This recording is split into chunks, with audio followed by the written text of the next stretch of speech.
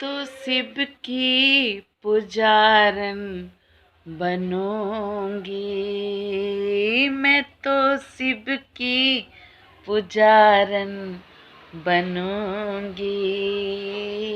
अपने भोले की जोगन बनूंगी। अपने भोले की जोगन बनूंगी। हाय गाइस, आई एम कंचन और फ्रेनू। आज मैं आपको एक भोले बाबा के लिए मैसेज, भोले बाबा के नाम पे एक मैसेज देना चाहती हूँ। मतलब मुझे वीडियो अभी कम बनाना आ रहा है, बट मैं जैसे तैसे कोशिश कर रही हूँ। प्लीज़ लाइक एंड शेयर कर देना और मेरे चैनल को आगे बढ़ाओ, ताकि मेरा भी अच्छा कॉन्फिडेंस हो और मैं अच्छी अच्छी वीडियो बनाऊँ आपके लिए। देखो, भोले बाबा, श्री कृष्ण, जो भी भगवान हैं, लक्ष्मी माता, माता रानी, कालका मैया, सब भगवान एक ही हैं। सब में एक ही ऊर्जा है। हम अपने मन से अलग अलग मानते हैं। क्यों? क्योंकि हम उस विग्रह या उस तस्वीर को में हमारी हम आकर्षित होते हैं, यानी हम उन्हें पसंद करते हैं उस रूप में, तो हम उन्हें मानते हैं। जैसे कि मैं भोले बाबा और माता रानी को मानती हूँ। तो भोले बाबा का एक मैसेज देना चाहती हूँ कि जब हम पहाड़ों में चलने लगते हैं और वहाँ पे कहीं पे भी भगवान भोलेनाथ का मंदिर या स्थान आता है, या जैसे सोच लो हम शिवखोड़ी ही गए, हरिद्वार गए, नीलकंठ जा रहे हैं, केदारनाथ जा रहे हैं, बद्रीनाथ जा रहे हैं, तो मतलब जैसे ही हम नीलकंठ या केदारनाथ की तरफ बढ़ते हैं, पहाड़ तो एक ही जैसे होते हैं, कहीं भी जाओ वहाँ पहाड़ एक ही जैसे होते हैं। गांव, हमारा गांव भी, हम टिहरी टिहरी जो ऋषिकेश के आसपास टिहरी जिला गढ़वाल है, गढ़वाल का मतलब उपू में हमारा गांव है। तो जैसे वहाँ हम पहाड़ों में जाते हैं तो अलग फील आता है कि मतलब हमारा गांव आ रहा है। लेकिन जैसे ही हम नीलकंठ या केदारनाथ जाते हैं तो सोच के देखो कि फील क्या आता है। मतलब फील ये आता है, डम डम डम डम डम डमरू की आवाज़ें आप रूपी कान में महसूस होने लगती हैं और बजते भी हैं। और ऊपर, और जैसे ही हम बाबा के मंदिर पे जाते हैं ना, जैसे बढ़ते जाते हैं, तो ऐसा लगते हैं बस भोले बाबा आने वाले हैं, बस भोले बाबा आने वाले हैं। तो मैं एक ही बात आपको बता रही हूँ कि वो फील है। अगर वही फील, मतलब फील तो वही होता है जहाँ माहौल होता है, वहाँ पहाड़ों का, झरने का सब माहौल है तो और फील आता है। लेकिन अगर आप घर में भी बैठ के अपने भोलेनाथ का सुबह शाम 10 मिनट भी नाम जपोगे ना, तो आप रूपी ही आपके कानों में डमरू, ढोल सबकी आवाज़ें आने लगेंगी और बहुत बहुत अच्छा लगेगा आपको। ऐसा लगेगा आप बाबा से जुड़ रहे हो। तो समझ लो वो फील है। जैसे हम केदारनाथ में जाते हैं, हर चीज़ का फील आता है कि बाबा बस मिल ही जाएंगे। अब बाबा बस मिलने वाले हैं और मैं सारी चीज़ें अब बाबा को बोल दूंगी, अपनी सारी विशेष बोल दूंगी और बाबा पूरी कर देंगे। मैं कहती हूँ जैसे जाओ, केदारनाथ जाओ, नीलकंठ जाओ, बद्रीनाथ जाओ, सब जगह जाओ, सब जगह बाबा हैं, सब जगह बाबा हैं। उनके मेन स्थान है वहाँ पे जहाँ जहाँ वो आए हैं, प्रकट हुए हैं।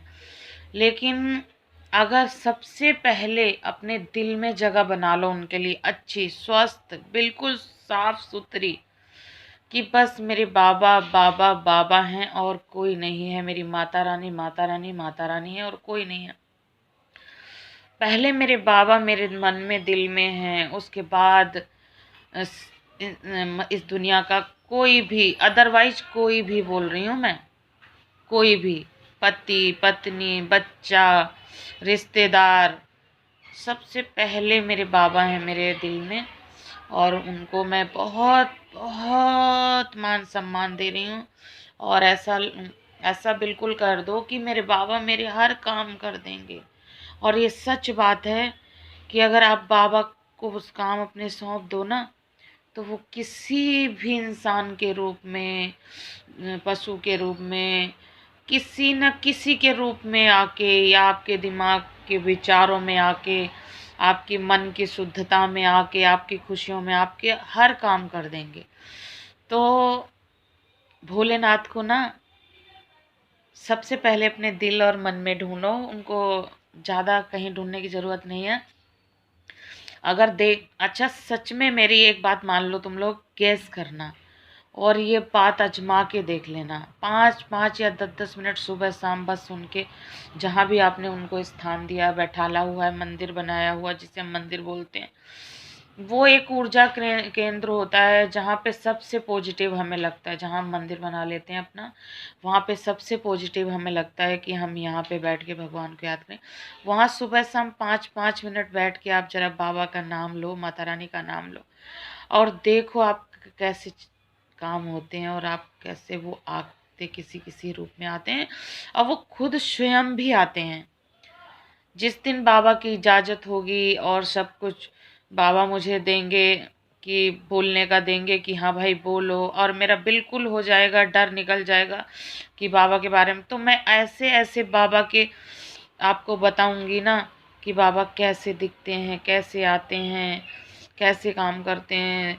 चाहे आप मानो सच, चाहे ना मानो, लेकिन मेरी आत्मा और मेरा मन और मेरी ज़बान सच बोलेगी।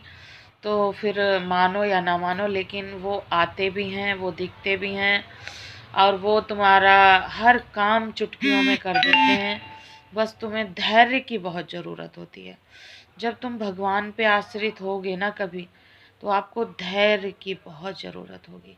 एक लिमिट सी क्रॉस हो जाती है धैर्य की, जी उसी में इंसान उलट पलट हो जाता है। मैं भी कभी कभी पागल सी हो गई, मुझे ऐसा लगा बस कुछ नहीं है, कुछ नहीं है, कुछ नहीं है, ये कर लो तो ये कर लो, ये कर लो, क्योंकि मेरी समस्या ही कुछ अलग सी थी। बाबा को पता था कि कंचन ये भूखे रह के नहीं हारेगी, किसी चीज़ में नहीं हारेगी, तो उन्होंने वहाँ वहाँ मुझे वो करा कि, लेकिन प्रभु का इतना धन्यवाद करती हूँ कि उन्होंने वहाँ भी आके मुझे संभाला। उनको लगा अब ये लड़की अब बचेगी नहीं, अब ये टूट जाएगी, अब ये हो जाएगा, तो वहाँ एन मोमेंट पे आके मुझे संभाला। तो thank you Bholenath. I love you Mata Rani, love you तुम सबको। और मेरे चैनल को शेयर और लाइक करें, पसंद वीडियो आए तो आगे शेयर करते रहें। Thank you.